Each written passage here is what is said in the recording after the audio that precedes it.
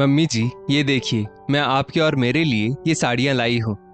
ये बोलते हुए रजनी अपने हाथ में पकड़ी हुई थैलियों में से साड़ियाँ निकालने लगी। सुधा जी ने जैसे ही साड़ियाँ देखी, उनका मुंह फूल गया। वो बोली, बहू, मुझे तो बिल्कुल अच्छी नहीं लगी तुम्हारी लाई हुई साड़ियाँ। तुम जानती तो हो, मेरे लिए साड़ी हमेशा तुम्हारी ननद कामिनी ही लाती है। और मैं तो कहती हूँ तुम भी अपना दिमाग मत चलाया करो ज्यादा। तुम्हारी साड़ी भी कामिनी से ही मंगवा लिया करो। वो खुशी खुशी ला देगी बेचारी।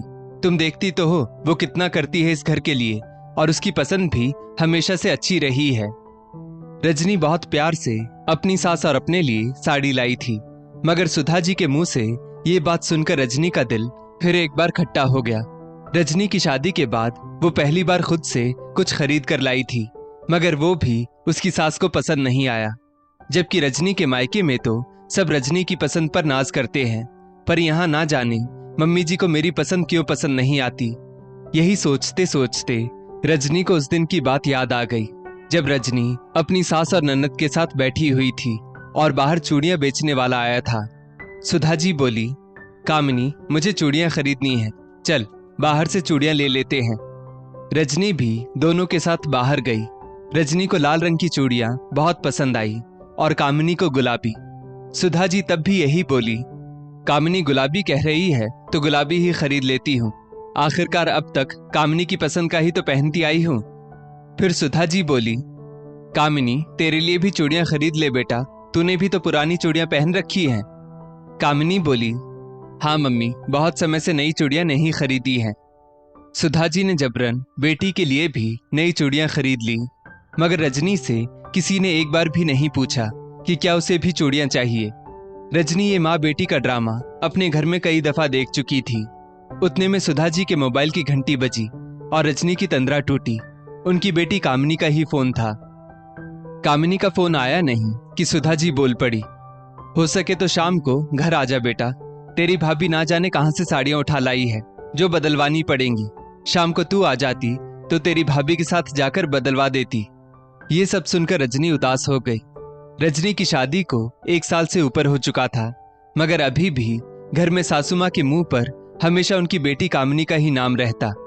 रजनी अपने घर के प्रति समर्पित एक समझदार बहू थी, मगर सुधा जी कभी रजनी को एक बहू वाला दर्जा दे ही नहीं पाई, क्योंकि उनके दिलो दिमाग में हमेशा उनकी बेटी कामिनी ही रहती। कामिनी जब भी मायके आती अपने साथ कठिनाइयों का खजाना लाती। ननद के मुंह से हमेशा एक नई कठिनाई सुनने को मिलती, जिस वजह से रजनी को भी उस पर दया आती। कामिनी का मायका और ससुराल दोनों ज्यादा दूर नहीं थे, इसलिए शाम को कामिनी अपने मायके आ गई। कामिनी के घर आते ही सुधा जी तुरंत उसके पास बैठ गई और बोली, बेटा कैसी है तू, और जमाई बाबू के व्यवहार में अब कुछ बदलाव है या नहीं? नहीं माँ, उनके व्यवहार में बदलाव आना होता तो आ गया होता कब का। मुझे नहीं लगता अब वे कभी बदलेंगे, कामिनी बोली। सुधा जी बोली, तू चिंता मत करना बेटा, हम लोग हमेशा तेरे साथ खड़े हैं। मम्मी, मुझे जरा 10,000 रुपए दे देना, मुझे अपने दोनों बच्चों की स्कूल फीस भी भरनी है, कामिनी ने कहा। हाँ हाँ रुक बेटा, अभी लाई। इतना कहते हुए सुधा जी अपने कमरे में जाकर अलमारी खोलने लगी और पैसे लाकर कामिनी के हाथ में रख दिए। रजनी जब से ब्याह कर इस घर में आई थी तब से यही देख रही थी कि उसके सास ससुर बार बार बेटी को पैसे देते हैं। थोड़ी देर बाद कामिनी और रजनी साड़ियां बदलवाने गए, जहां कामिनी ने अपने लिए भी एक साड़ी खरीद ली और अपनी माँ से लिए पैसों में से ही उसने साड़ी के पैसे दिए। रजनी को पहले तो कामिनी दीदी पर बहुत दया आती थी, क्योंकि वे हमेशा बताती कि उनके पति और ससुराल वाले मिलकर उन पर बहुत अत्याचार करते हैं, मगर बार बार ननद का अपने मायके से यूं पैसे लेना अब रजनी को भी अखरने लगा था। और आज तो कामिनी ने हद ही कर दी थी। जो पैसे उसने अपनी माँ से बच्चों की स्कूल फीस के नाम पर लिए थे, उन्हीं में से उसने अपने लिए इतनी महंगी साड़ी खरीद ली थी। रजनी को ये बात बिल्कुल हजम नहीं हुई। रात में वो अपने पति राजीव से बोली, कामिनी दीदी को हमारे घर से बार बार पैसे क्यों दिए जाते हैं राजीव? राजीव बोला, कामिनी दीदी का पति हितेश कामिनी दीदी और उनके बच्चों का खर्चा उठाता कहाँ है रजनी? दोनों पति पत्नी के संबंध बिल्कुल अच्छे नहीं हैं, इसलिए मम्मी पापा कामिनी दीदी और उनके बच्चों के सारे खर्चे उठाते हैं। और वैसे भी वो सारा पैसा मम्मी पापा का है, वे चाहे जिस पर भी खर्च करें। रजनी को ये सुनकर थोड़ा अचंभा लगा, क्योंकि माँ बाप के पैसों पर बेटे और बेटी दोनों का हक बराबर का होता है।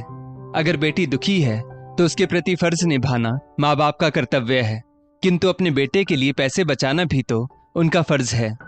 नवरात्रि चल रही थी और 3 दिन बाद घर में माता जी का कीर्तन था, जिसकी तैयारी में रजनी सुबह से लगी हुई थी। सभी आस पड़ोस वालों और रिश्तेदारों को आने का न्योता दे दिया गया था। माता जी के कीर्तन में रजनी ने सभी का खूब अच्छे से स्वागत किया। भजन कीर्तन से लेकर खाना पीना, एक एक चीज का रजनी ने बहुत ध्यान रखा। अंत में सारे रिश्तेदारों ने रजनी की बहुत तारीफ की। उस दिन सुधा जी को भी रजनी पर गर्व महसूस हुआ। कीर्तन में कामिनी और उसके पति हितेश भी आए हुए थे। दोनों दूर बैठकर अपनी ही बातों में मग्न थे और दोनों बहुत हंस हंसकर बातें कर रहे थे। उन दोनों को देखकर रजनी सोचने लगी, इन दोनों को देखकर बिल्कुल भी नहीं लगता कि इन दोनों के बीच ऐसा भी कोई मनमुटाव होगा। और आखिर दुनिया में ऐसा कौन सा पति होगा जो अच्छा खासा कमाते हुए भी अपनी पत्नी और बच्चों का खर्च ना उठाए। दीदी जीजा जी तो इतने सालों बाद भी दूर बैठकर इस तरह बातें कर रहे हैं जैसे कोई नवविवाहित जोड़ा हो। जब रजनी ने कामिनी दीदी और हितेश जीजा जी को नाश्ता दिया तो दोनों एक ही प्लेट में नाश्ता करने लगे। रजनी को जैसे आज शक नहीं यकीन हो चला था कि दीदी जीजा जी में बहुत गहरा प्यार है। तो क्या दीदी यहाँ मायके में जीजा जी के खिलाफ सब कुछ झूठ बताती है? दीदी की वो एक के ऊपर एक कठिनाइयां क्या सिर्फ एक दिखावा है? लेकिन दीदी अपने ही मायके वालों को इतना झूठ क्यों बोलेंगी? मायके वालों से तो एक बेटी का अटूट रिश्ता होता है। इतना झूठ क्या सिर्फ पैसों के लिए? क्या एक बेटी अपने मायके वालों से इतना झूठ बोल सकती है? रजनी के मन में अब बहुत सारे सवाल आ चुके थे। उतने में रजनी को पीछे से किसी ने आवाज दी। रजनी ने सब विचार एक तरफ रखे और फिर से मेहमानों की आव भगत में लग गई। मगर उस रात रजनी के मन में फिर वही सब सवाल आने लगे। कहीं ऐसा तो नहीं कि कामिनी दीदी अपने पति की सारी कमाई बचाकर इस घर से अपने खर्चे पूरे कर रही है, क्योंकि वे जानती हैं कि उनके मम्मी पापा के पास बहुत पैसा है। हितेश जीजू और कामिनी दीदी दोनों को देखकर बिल्कुल नहीं लग रहा था कि उन दोनों के बीच का रिश्ता सामान्य नहीं है। रजनी जानती थी अपने पति या सास ससुर से इस बारे में बात करके कोई फायदा नहीं, क्योंकि वे लोग सोचेंगे कि मुझे कामिनी से जलन है, इसलिए मैं ऐसा सब बोल रही हूँ।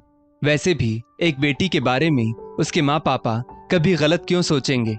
वो अगली बार का इंतजार करने लगी कि देखते हैं दीदी वापस कब पैसे मांगती हैं।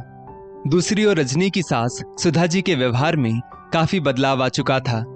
नवरात्रि में जब से सारे रिश्तेदारों ने उनकी बहू की तारीफ की थी, तब से सुधा जी को भी अपनी बहू थोड़ी थोड़ी अच्छी लगने लगी थी। अब वे उस पर ज्यादा टोका टोकी नहीं करती थी और हर मसले में रजनी की राय भी पूछने लगी थी। रजनी भी सासुमां में आए बदलाव से खुश थी।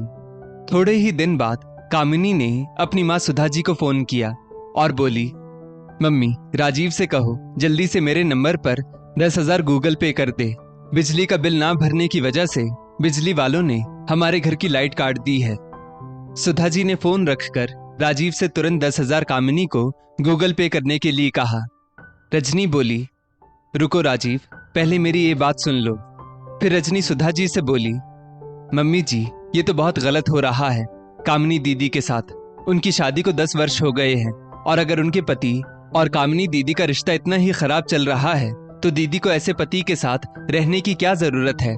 दीदी को और उनके बच्चों को हमेशा के लिए यहाँ मायके आ जाना चाहिए।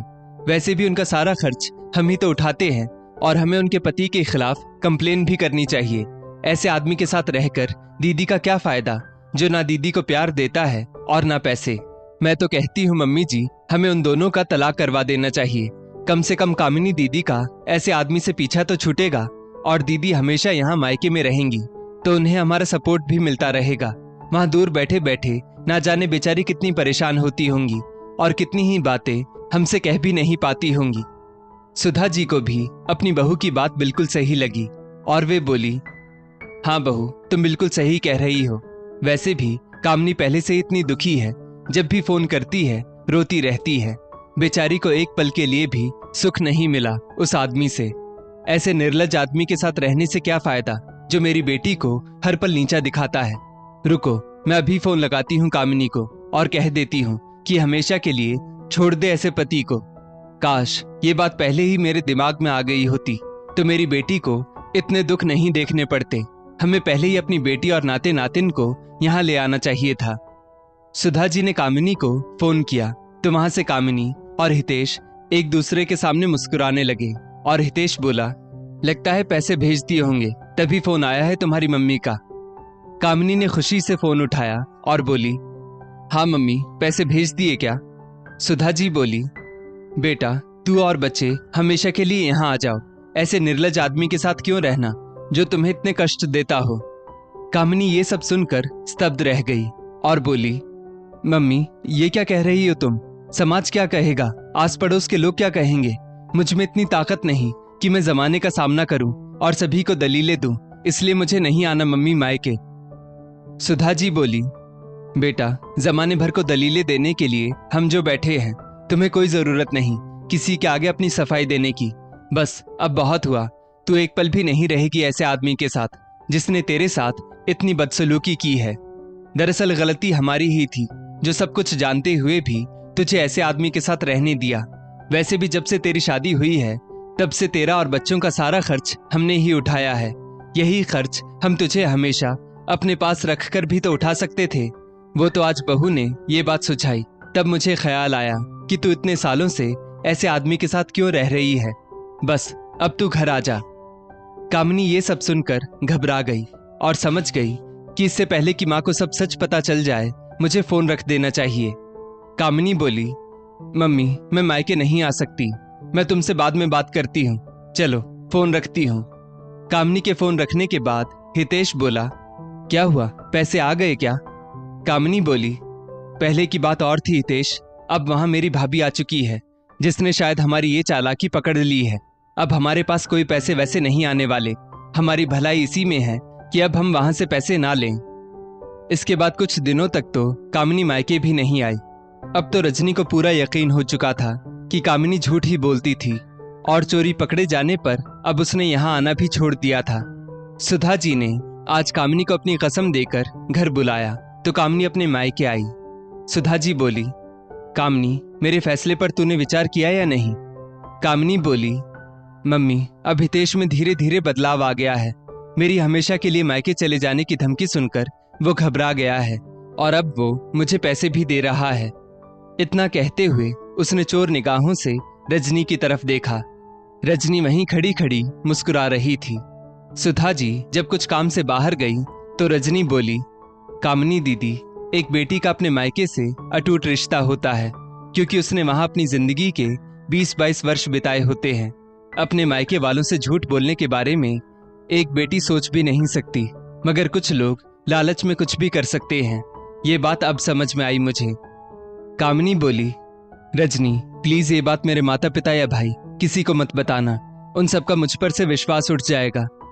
रजनी बोली, दीदी मैं जानती हूँ, इसलिए तो अब तक मैंने किसी से कुछ नहीं कहा है। मैं भी नहीं चाहती कि एक माता पिता जो अपनी बेटी पर इतना भरोसा करते हैं उनका उस भरोसे पर से विश्वास उठ जाए। दोस्तों कभी कभी कुछ लोग लालच में इतने अंधे हो जाते हैं कि अपनों के भरोसे का गलत फायदा उठाने लगते हैं, मगर वे ये भूल जाते हैं कि 100 दिन लोहार के 1 दिन सोनार का। झूठ को कितना भी लाग लपेट के बोल लिया जाए, झूठ एक दिन पकड़ा ही जाता है। इस स्टोरी को लेकर आपकी क्या राय है नीचे कमेंट करके जरूर बताइएगा और ऐसी ही और भी बेहतरीन वीडियोस के लिए हमारा पेज जरूर फॉलो करें। धन्यवाद।